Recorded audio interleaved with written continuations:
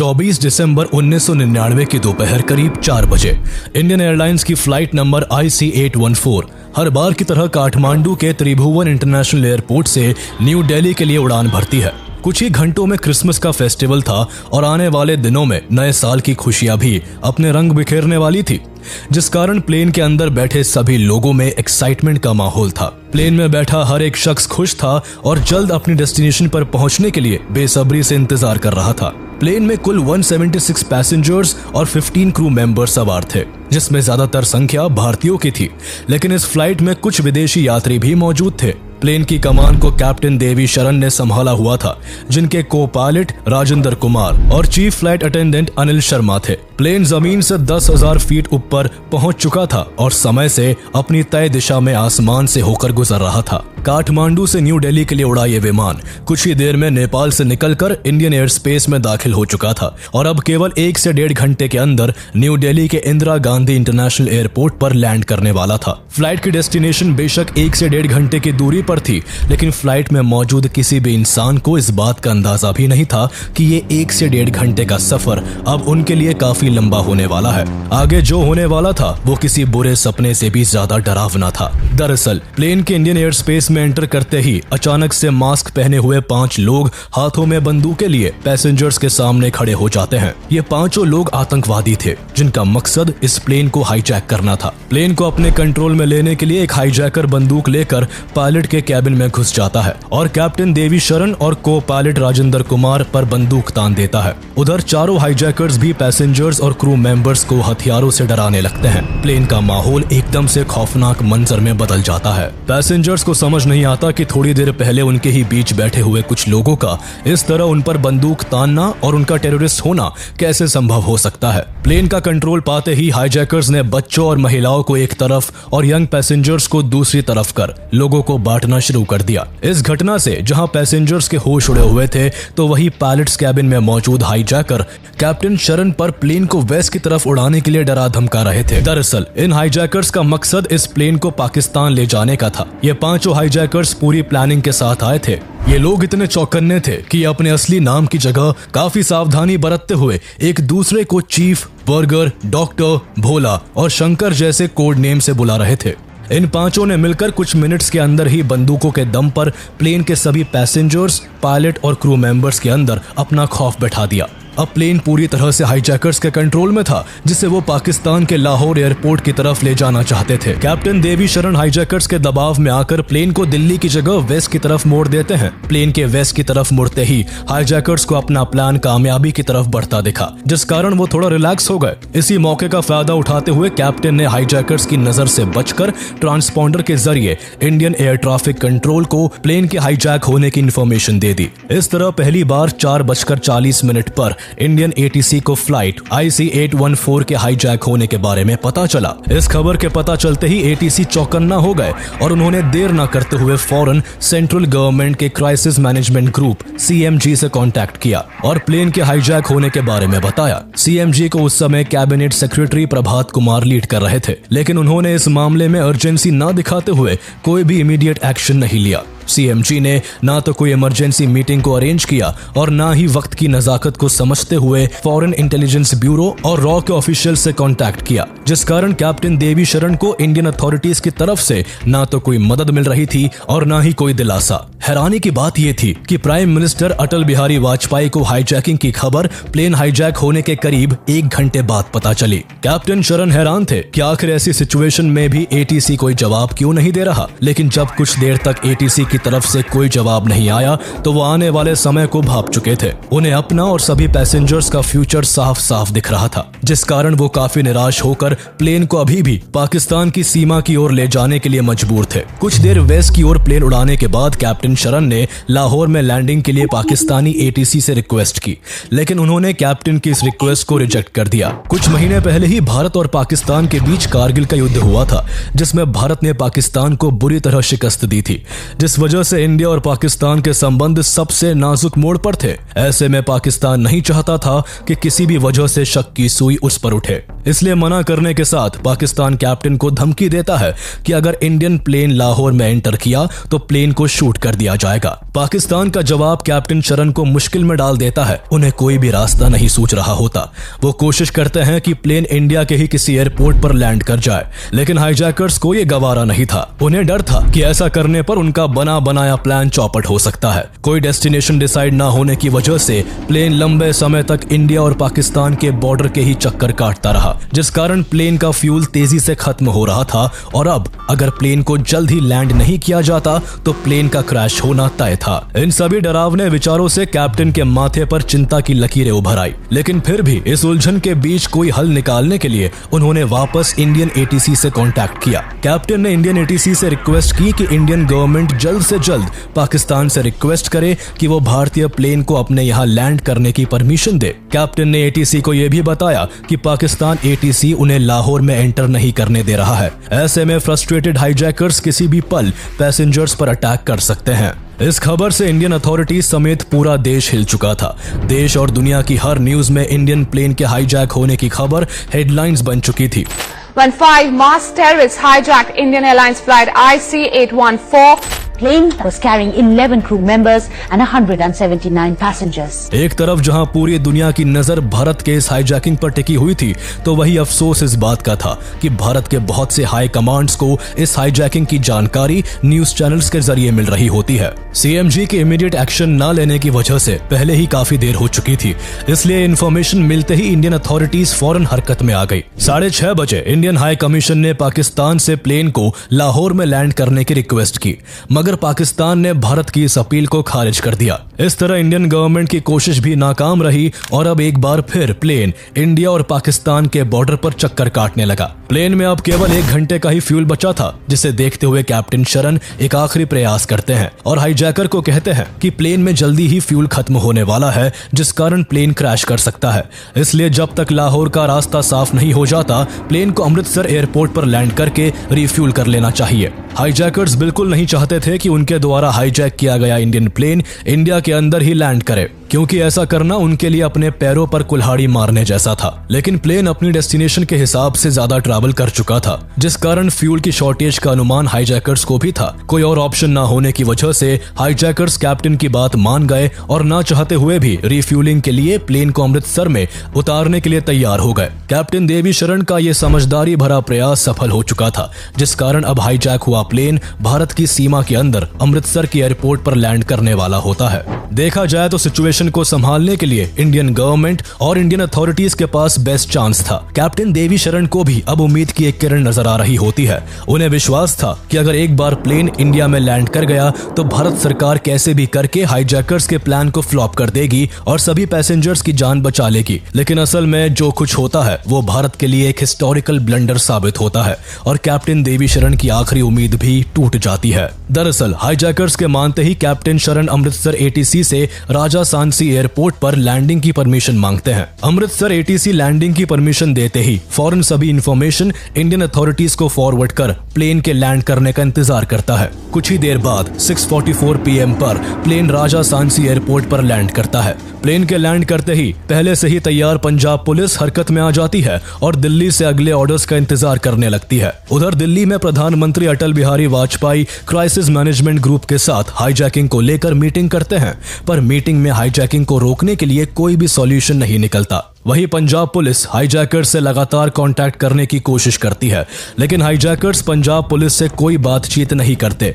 वो बस जल्द से जल्द रिफ्यूलिंग कराकर प्लेन को भारत की सीमा से बाहर ले जाना चाहते थे। लेकिन जब फ्यूलिंग में वक्त लगने लगा तो हाईजैकर्स को शक हुआ और उन्होंने कैप्टन शरण के सिर पर बंदूक लगाकर जल्द फ्यूलिंग करने की डिमांड की। लेकिन दिल्ली हाई कमांड्स का सख्त आदेश था कि फ्यूलिंग में देरी की जाए, जिससे एनएसजी कमांडोज को अमृतसर पहुंचने के लिए ज्यादा से ज्यादा समय मिल सके। एनएसजी कमांडोज अभी भी अपनी डेस्टिनेशन से 400 किलोमीटर दूर दिल्ली में ही थे। उन्हें अमृतसर पहुंचने में टाइम लगने वाला था। यूं देखते देखते काफी वक्त गुजर गया, पर प्लेन में अभी भी फ्यूल फिल नहीं किया गया। इस तरह हो रही देरी से हाईजैकर्स का फ्रस्ट्रेशन बढ़ने लगा। उन्होंने गुस्से में आकर कई पैसेंजर्स को मारना पीटना शुरू कर दिया और इसी फ्रस्ट्रेशन का शिकार सतनाम सिंह नाम के एक पैसेंजर को बनना पड़ा। हाईजैकर्स ने गुस्से में सतनाम पर कई बार वार किए, जिसे देख पूरे प्लेन में सन्नाटा फैल गया। हर कोई डरा सहमा चुपचाप होकर बैठ जाता है और ठीक वही करता है जो हाईजैकर्स कहते हैं। प्लेन में सतनाम पर अटैक से घबराए कैप्टन एक बार फिर अथॉरिटीज से कांटेक्ट करते हैं। कैप्टन कहते हैं कि अगर जल्दी रिफ्यूल नहीं की गई तो हाईजैकर सभी पैसेंजर्स को एक एक करके मार देंगे। भारत सरकार चिंता के बोझ से दबी जा रही थी, क्योंकि अभी भी एनएसजी कमांडोज को अमृतसर पहुंचने में समय लगने वाला था। इसलिए पैसेंजर्स की सेफ्टी के लिए डिसाइड हुआ कि अब वो फौरन एक फ्यूल ट्रक प्लेन तक भेजेंगे। लेकिन ट्रक में केवल फ्यूल ही नहीं बल्कि पंजाब पुलिस भी सवार होगी, जो फ्यूल भरने की आड़ में प्लेन के टायर्स को पंचर कर देगी, जिससे प्लेन उड़ ही ना पाए। कुछ ही देर बाद प्लेन के अनुसार फ्यूल ट्रक प्लेन की तरफ बढ़ता है, पर ट्रक काफी स्पीड से चल रहा होता है, जिस वजह से एटीसी को डर था कि इतनी स्पीड से ट्रक को अपनी तरफ आता देख हाईजैकर्स के मन में शक पैदा हो सकता है। इसलिए एटीसी ने ट्रक ड्राइवर से ट्रक को स्लो करने को कहा, लेकिन ड्राइवर सही से इंस्ट्रक्शन को सुन नहीं पाया और ट्रक को स्लो करने की जगह एकदम से बीच सड़क पर रोक दिया। ट्रक का रुकना भारत सरकार के लिए बुरी तरह बैकफायर करता है। अचानक से ट्रक का स्पीड से उनकी ओर आना और फिर रुक जाना हाईजैकर्स के मन में शक पैदा कर देता है। वो इंडियन अथॉरिटीज के प्लान को भांप लेते हैं और जरा भी टाइम वेस्ट ना करते हुए फौरन कैप्टन शरण को गन पॉइंट पर रखकर तुरंत प्लेन को उड़ाने के लिए धमकाते हैं। कैप्टन यहाँ कोशिश करते हैं कि प्लेन को थोड़ी और देर अमृतसर में रोक कर रखा जाए, पर गुस्से से बौखलाए हाईजैकर्स रूपिन कत्याल नाम के एक पैसेंजर पर हमला कर उसे घायल कर देते हैं। 25 साल के रूपिन कत्याल की कुछ दिन पहले ही शादी हुई थी और वो इस प्लेन में अपनी वाइफ के साथ ट्रैवल कर रहे थे, लेकिन हाईजैकर्स द्वारा शुरू में ही महिलाओं और बच्चों को अलग कर दिया गया था, जिस कारण रूपिन की वाइफ को भी पता नहीं चला कि रूपिन हाईजैकर्स के अटैक की वजह से खून से लथपथ हो गए हैं और बुरी तरह दर्द से करहा रहे हैं। हाईजैकर्स यही नहीं रुकते, बल्कि बंदूकें लोड करके दूसरे पैसेंजर्स की तरफ तान देते हैं। ये सब होता देख प्लेन में बैठे लोग चीखना शुरू कर देते हैं। अब कैप्टन शरण के पास कोई और रास्ता नहीं बचता। अगर वो हाईजैकर्स की बात ना मानते तो प्लेन में कत्लेआम मच जाता, इसलिए मजबूरन कैप्टन को प्लेन स्टार्ट कर अमृतसर से टेक ऑफ करना पड़ता है। 7:49 PM पर प्लेन एक बार फिर से हवा में होता है। अमृतसर से प्लेन के साथ साथ अब वो उम्मीद भी जा चुकी थी, जो कैप्टन और सभी पैसेंजर्स को थी, कि भारत सरकार द्वारा उन्हें किसी भी तरह बचा लिया जाएगा। 7:40 PM पर CMG NSG कमांडोज को अमृतसर पहुंचने को कहते हैं। 7:55 PM पर NSG अमृतसर के लिए रवाना होते हैं, लेकिन तब तक बहुत देर हो चुकी थी। इंडियन अथॉरिटीज के बीच अगर कम्युनिकेशन गैप ना होता और क्लियर प्लान के साथ हाईजैकिंग की खबर मिलते ही फौरन NSG कमांडोज को एक्शन लेने के लिए तैयार कर दिया जाता, तो शायद अमृतसर ही इस फ्लाइट का लास्ट डेस्टिनेशन होता, लेकिन ऐसा होता नहीं है। वैसे NSG कमांडोज के लेट पहुंचने को लेकर भी कई थ्योरीज है, जिसमें एक थ्योरी ये है कि हाईजैक हुए प्लेन में रॉ एजेंट शशि भूषण सिंह तोमर नाम के एक पैसेंजर भी मौजूद थे, जो प्राइम मिनिस्टर अटल बिहारी वाजपेयी के सेक्रेटरी NK सिंह के ब्रदर इन लॉ थे। इसलिए NK सिंह ने जानबूझकर कमांडोज को अमृतसर पहुंचने में लेट करवाया, जिससे शशि भूषण की सेफ्टी बनी रहे। NK सिंह को डाउट था कि कहीं कमांडोज को भेजने से हाईजैकर्स बेकाबू होकर सभी पैसेंजर्स को मार ना दे। अब असल वजह जो भी रही हो, लेकिन अब प्लेन अमृतसर से निकलकर फिर से आसमान में पहुंच चुका था। कैप्टन शरण फिर से पाकिस्तान एयर ट्रैफिक कंट्रोल से कांटेक्ट करते हैं, लेकिन पाकिस्तान एक बार फिर प्लेन को लाहौर एयरपोर्ट पर लैंड करने के लिए मना कर देता है और लाहौर के सभी नेविगेशनल एड्स और एयरपोर्ट लाइट्स को ऑफ कर देता है। लाइट्स ऑफ होती देख कैप्टन शरण परेशानी में आ जाते हैं। वो समझ नहीं पाते कि आखिर प्लेन को कहां और कैसे लैंड करे। उन्हें पहले ही पाकिस्तान के एयर स्पेस के बारे में कोई जानकारी नहीं होती। ऊपर से अब कॉकपिट में लो फ्यूल की वार्निंग भी शुरू हो जाती है। कैप्टन शरण को कैसे भी करके प्लेन को लैंड करना था। लैंडिंग के लिए प्लेन को नीचे की तरफ लाया जाता है। नीचे एक जगह बहुत सारी लाइट्स एक साथ जलती हुई दिखती है। कैप्टन को लगता है कि यही एयरपोर्ट है, पर जैसे ही प्लेन जमीन के करीब पहुंचता है, नीचे का नजारा कैप्टन के होश उड़ा देता है। दरअसल नीचे कोई एयरपोर्ट नहीं बल्कि हाईवे था, जहां लैंड करना इम्पॉसिबल था। घबराए कैप्टन फौरन प्लेन को दोबारा ऊपर की तरफ ले जाते हैं। इस बार कैप्टन साफ तौर पर पाकिस्तान ATC से कहते हैं कि प्लेन में बिल्कुल फ्यूल नहीं है और अब अगर इसे लाहौर एयरपोर्ट पर लैंड नहीं करने दिया तो प्लेन लाहौर के बीचों बीच क्रैश कर जाएगा, जिससे न सिर्फ प्लेन और पैसेंजर्स बल्कि पाकिस्तान के लोगों को भी खतरा है। अपने लोगों पर बात आते ही पाकिस्तान लैंडिंग के लिए मान जाता है और फ्यूलिंग की परमिशन भी दे देता है। बार बार भारत के प्लेन की लैंडिंग के लिए मना करना पाकिस्तान का एक प्लान था। वो पूरी दुनिया के सामने एक खेल खेल रहा था जिसमें वो चाहता था कि सांप भी मर जाए और लाठी भी ना टूटे। पाकिस्तान का यह असली चेहरा बाद में सामने आता है। फाइनली रात के 8 बजे प्लेन लाहौर एयरपोर्ट पर लैंड करता है। यहाँ पाकिस्तानी कमांडोज प्लेन को चारों ओर से घेर लेते हैं। प्लेन में मौजूद पैसेंजर्स डरे सहमे बैठे थे, पर चाकू लगने की वजह से रूपिन कत्याल सबसे बुरी हालत में थे। रूपिन के ट्रीटमेंट के लिए कैप्टन और क्रू मेंबर्स पाकिस्तान से मेडिकल हेल्प मांगते हैं, पर पाकिस्तान फ्यूलिंग के अलावा और कोई मदद नहीं करता है। रिफ्यूलिंग होते ही प्लेन को पाकिस्तान छोड़ने का अल्टीमेटम दे दिया जाता है। हाईजैकर्स की डिमांड पर पाकिस्तान को छोड़ इस बार प्लेन अफगानिस्तान की ओर उड़ान भरता है, लेकिन 1999 में अफगानिस्तान में नाइट लैंडिंग और टेक ऑफ की फैसिलिटी नहीं थी, जिस वजह से प्लेन को ओमान की तरफ उड़ा दिया जाता है। लेकिन ओमान अथॉरिटीज प्लेन को अपनी सीमाओं में घुसने की इजाजत नहीं देती है, जिस वजह से अब प्लेन UAE की डायरेक्शन में मूव करता है। भारत सरकार की ओर से रिक्वेस्ट करने पर UAE प्लेन को दुबई के अल मिनहाद एयरबेस पर लैंडिंग की परमिशन दे देता है, जिसके बाद रात के करीब 3 बजे प्लेन UAE में लैंड करता है। UAE में लैंडिंग के साथ ही इंडियन अथॉरिटीज UAE गवर्नमेंट से कांटेक्ट कर वहां अपने कमांडोज को भेजने की परमिशन मांगती है, लेकिन UAE भारत की इस रिक्वेस्ट को रिजेक्ट कर देता है। हालांकि भारत के कहने पर UAE अथॉरिटीज हाईजैकर्स के साथ एक नेगोशिएशन करती है, जिसमें फ्यूल के बदले इंजर्ड पैसेंजर्स, महिलाओं और बच्चों को रिलीज करने की डिमांड थी। हाईजैकर्स यहां 27 पैसेंजर्स को छोड़ने के लिए मान जाते हैं, जिसमें एक डेड बॉडी भी थी। ये बॉडी किसी और की नहीं बल्कि रूपिन कत्याल की थी, जो इलाज ना मिल पाने की वजह से अब तक दम तोड़ चुके थे। सभी पैसेंजर्स और रूपिन की बॉडी को इंडियन एयरक्राफ्ट द्वारा अपने देश बुला लिया जाता है। पैसेंजर्स को लेने और UAE सरकार की मदद के लिए ग्रैटिट्यूड शो करने के लिए civil aviation minister Sharad Yadav खुद UAE जाते हैं। वही प्लेन में रिफ्यूलिंग होते ही प्लेन एक बार फिर आसमान में होता है। अब कुछ ही देर में सुबह होने वाली थी, जिस वजह से प्लेन को अफगानिस्तान की ओर ले जाया जाता है और फाइनली 25 दिसंबर की सुबह अफगानिस्तान के कांधार इंटरनेशनल एयरपोर्ट पर प्लेन अपनी लास्ट लैंडिंग करता है।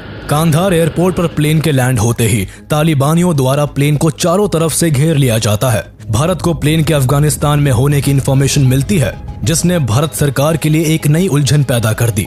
दरअसल उस समय अफगानिस्तान पर तालिबान का राज था, लेकिन इंडिया तालिबान को रिकॉग्नाइज नहीं करता था, जिस कारण प्लेन का अफगानिस्तान में होना इंडिया के लिए एक और परेशानी का कारण बन चुका था। एक तरफ इंडियन अथॉरिटीज का मानना था कि हाईजैकर्स को पाकिस्तान ISI के एक्टिव सपोर्ट के साथ साथ तालिबान का भी सपोर्ट है, तो वही तालिबान का कहना था कि उनका मोटिव बस इंडिया और हाईजैकर्स के बीच नेगोशिएशन कराना है। तालिबान की इंटेंशंस पर भरोसा न होते हुए भी भारत सरकार ने तालिबान से पैसेंजर्स की सेफ्टी की अपील की, साथ ही हाईजैकर्स से उनकी डिमांड्स को जानना चाहा। इस दौरान हाईजैकर्स का गुरूर 7वें आसमान पर होता है।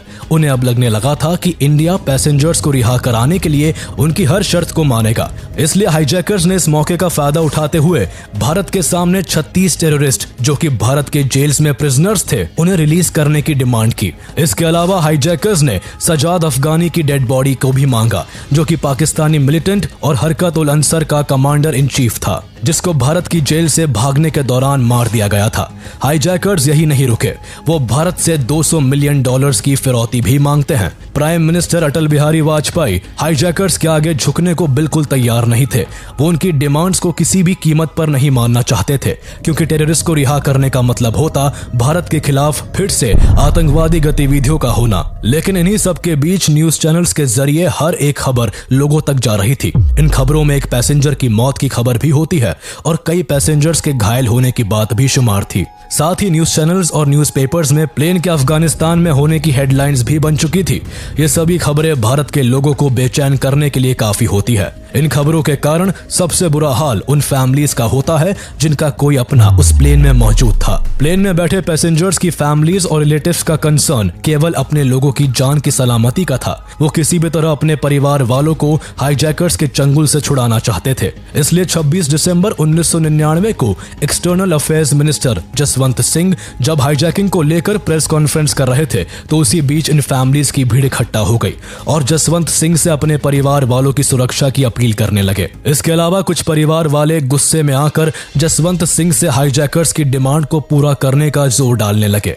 सिर्फ पैसेंजर्स की फैमिलीज ही नहीं बल्कि ऑपोजिशन पार्टीज का भी गवर्नमेंट पर पैसेंजर्स की सेफ्टी को लेकर दबाव था। इसलिए गवर्नमेंट ने हाईजैकर्स से नेगोशिएशन करने के लिए एक टीम को कांधार भेजने का फैसला लिया। 27 दिसंबर को ये टीम कांधार पहुंची जिसे senior Indian foreign service officer Vivek Katju head कर रहे थे। तालिबान ने हाईजैकर्स और इंडिया के नेगोशिएशन टीम के बीच नेगोशिएशन कराना स्टार्ट कर दिया, लेकिन दिन पर दिन गुजर रहे थे और हाईजैकर्स एंड इंडियन अथॉरिटीज के बीच कोई भी फैसला नहीं हो पा रहा था। तालिबान ने हाईजैकर्स को $200 मिलियन और सजाद अफगानी की डेड बॉडी की डिमांड को छोड़ने के लिए मना लिया था, पर हाईजैकर्स 36 प्रिजनर्स को रिलीज करने की मांग पर डटे हुए थे। इंडियन अथॉरिटीज इस मांग के विरोध में थी, जिस कारण अभी भी नेगोशिएशन किसी भी नतीजे पर नहीं पहुंचता है। इस दौरान प्लेन में बैठे पैसेंजर्स और क्रू मेंबर्स का जीवन नर्क हो चुका था।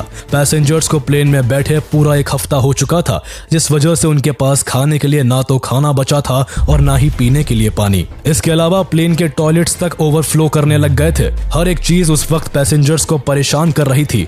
इधर पैसेंजर्स का हाल बुरा था तो उधर इंडियन गवर्नमेंट के ऊपर हर दिन दबाव बढ़ता ही जा रहा था। कुछ लोग क्राइसिस मैनेजमेंट ग्रुप की मीटिंग में घुसकर हंगामा कर रहे थे तो कुछ लोग प्रधानमंत्री वाजपेयी के रेजिडेंस के बाहर प्रोटेस्ट कर रहे थे।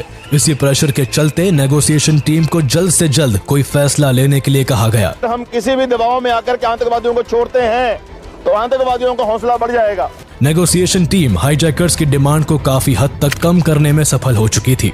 इंडियन अथॉरिटीज ने 36 की जगह केवल 3 प्रिजनर्स को ही रिलीज करने की इजाजत दी थी, लेकिन ये 3 प्रिजनर्स हाईजैकर्स की चॉइस के होने वाले थे। हाईजैकर्स ने रिहा करने के लिए मौलाना मसूद अजहर, अहमद ओमर सईद शेख और मुश्ताक अहमद जरगर को चुना था। ये तीनों प्रिजनर्स वो टेररिस्ट थे जो पाकिस्तानी टेररिस्ट ग्रुप से जुड़े हुए थे। पैसेंजर्स की सेफ्टी के लिए मजबूरन इन टेररिस्ट को छोड़ने का डिसीजन लिया गया। तीनों आतंकवादियों को पहले दिल्ली लाया गया और फिर एक फ्लाइट के जरिए जसवंत सिंह के साथ कांधार भेजा गया। कांधार में तीनों टेररिस्ट के पहुंचते ही हाईजैकर्स द्वारा प्लेन और सभी हॉस्टेजेस को फ्री कर दिया गया।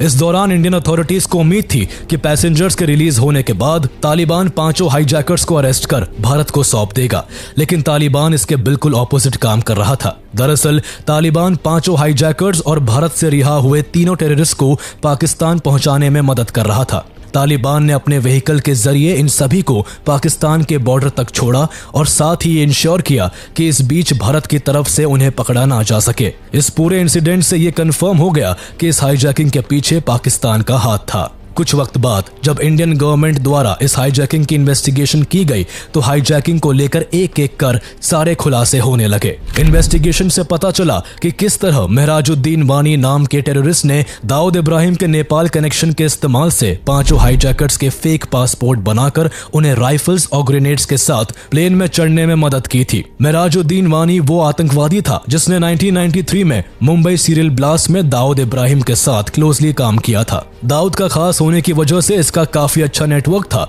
जिसका इस्तेमाल करते हुए इसने नेपाल के त्रिभुवन इंटरनेशनल एयरपोर्ट की लूज सिक्योरिटी का फायदा उठाया और प्लेन को हाईजैक करने में हाईजैकर्स की हेल्प की। इन्वेस्टिगेशन में 5 हाईजैकर्स की पहचान का भी खुलासा हुआ, जिसमें पता चला कि 5 हाईजैकर्स पाकिस्तान के थे, जिनके असली नाम इब्राहिम अख्तर, सनी अहमद काजी, शाहिद अख्तर सईद, शाकिर और जहूर मिस्त्री थे। ये 5 ही हरकत उल मुजाहिदीन नाम के पाकिस्तानी टेररिस्ट ग्रुप से जुड़े हुए थे। इसके अलावा इन्वेस्टिगेटिंग टीम को यह भी पता चला कि इस हाईजैकिंग के पीछे अफगानिस्तान के डिफेंस मिनिस्टर मुल्ला मोहम्मद याकूब का भी हाथ था, जो तालिबान के सुप्रीम लीडर मुल्ला ओमर का बेटा भी था। यानी साफ था कि ये सब कुछ पाकिस्तान के द्वारा किया गया था, जिसमें तालिबान का भी सपोर्ट था।